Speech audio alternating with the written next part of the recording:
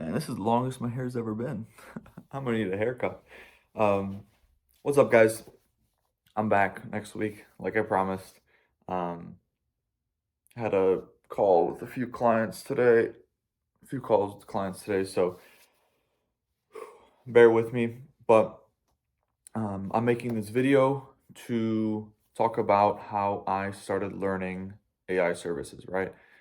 Because in order to offer a service, you first have to learn the service. So Um, I'm gonna run you guys through the way I did it, what worked for me.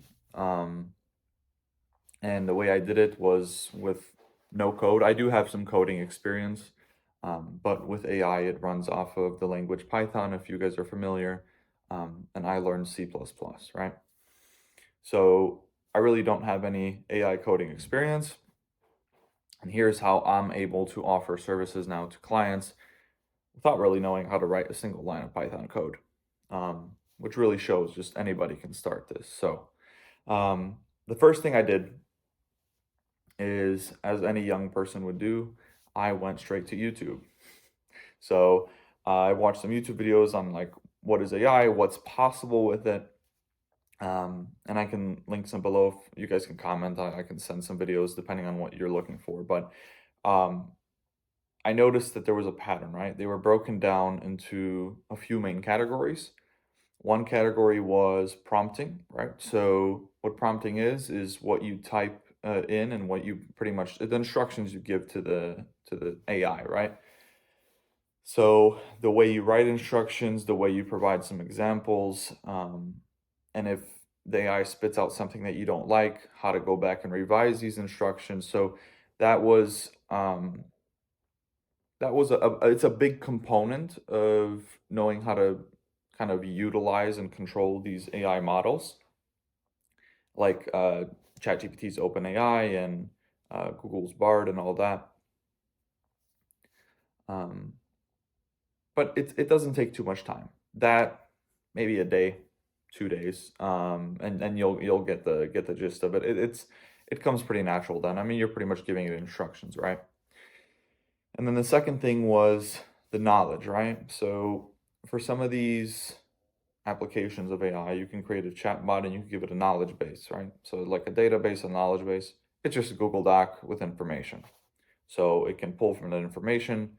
It's more specific, it's more targeted, and especially with um, when if I implement AI into different softwares, right? I'm not using the knowledge base that ChatGPT has if I'm using OpenAI, right?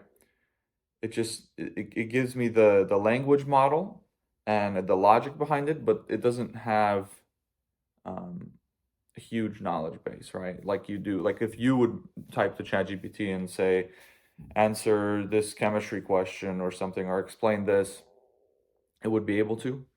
Um, but with this, you need to give it some knowledge, right? So the document, how you structure it, like for example, on the front and the back of the document, so front and end, I mean, that's where the AI pays most attention. If the document is long, especially different like different you could use some hashtags, you could use capitals, put spaces, just so it is able to understand what you want to put an emphasis on, right? And then the third thing was integration. So learning how to integrate this platform of like ChatGPT, OpenAI to, different there's chat building platforms, so you can build like a chat bot with them and have that be able to communicate with users or communicate with the database or communicate between, each other. Um, so there's the chat bot building application, and there's also the application of automations and data cleansing. So I also got into that, and there's a platform out there called make.com. Not affiliated, but not yet.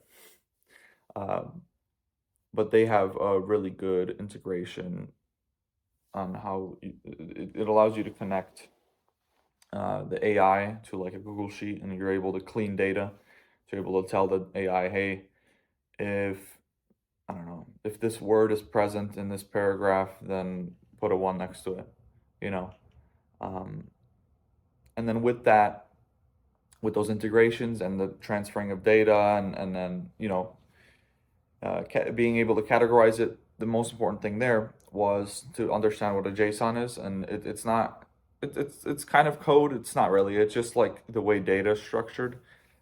It took me a little bit to realize that. I thought JSON was like part of JavaScript or some other code, but it's literally just how data is structured, and you go in and you change the word. Like it's not rocket science. So got that down, got the automations down, and that allowed me to clean data. And I was able to communicate with the user through a chatbot, take that data, clean it, and then populate it into a Google Sheet or a CRM or whatever database that the client was using. For example, one client is using Go High Level, another client is using MailChimp, and another one is just sticking to Google Docs or Google Sheets. So, and then what I've built out now is a qualifier and closer on Instagram. So inside of Instagram DMs, so I'm working with like the health niche, right? So if somebody messages a person, hey, I need help with my nutrition, then this bot is able to be triggered, and then it's able to qualify them, ask them a bunch of questions that the client wants to ask them and then would have asked them anyway, and then close them, send them the link to whatever website or maybe. And then that data is able to get populated into a Google Sheet and cleaned and everything. So that's my main selling point right now.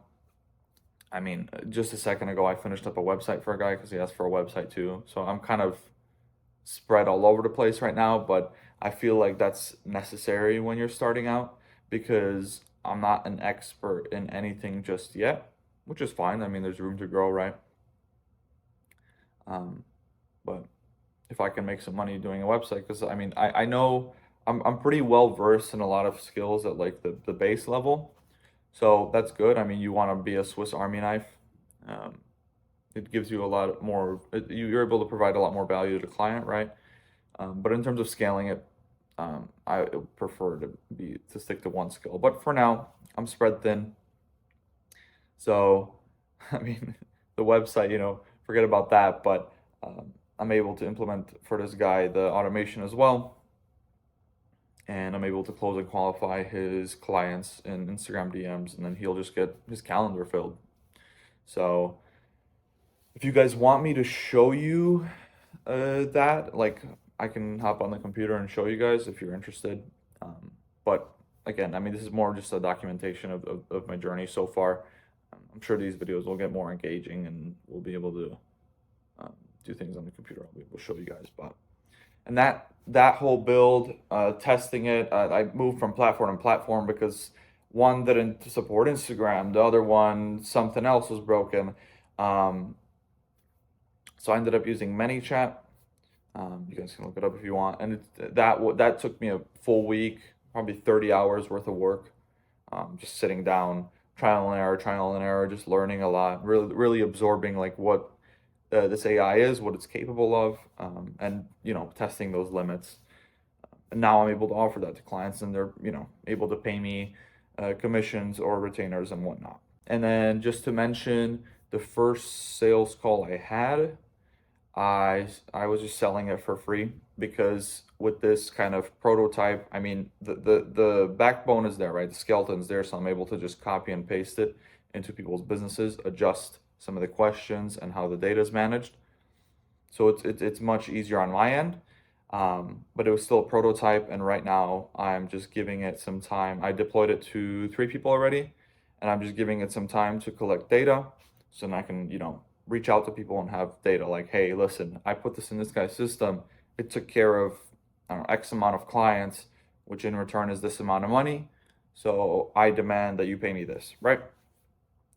So right now I'm working only on commissions. I mean, one-off payments on building websites and stuff, that's fine.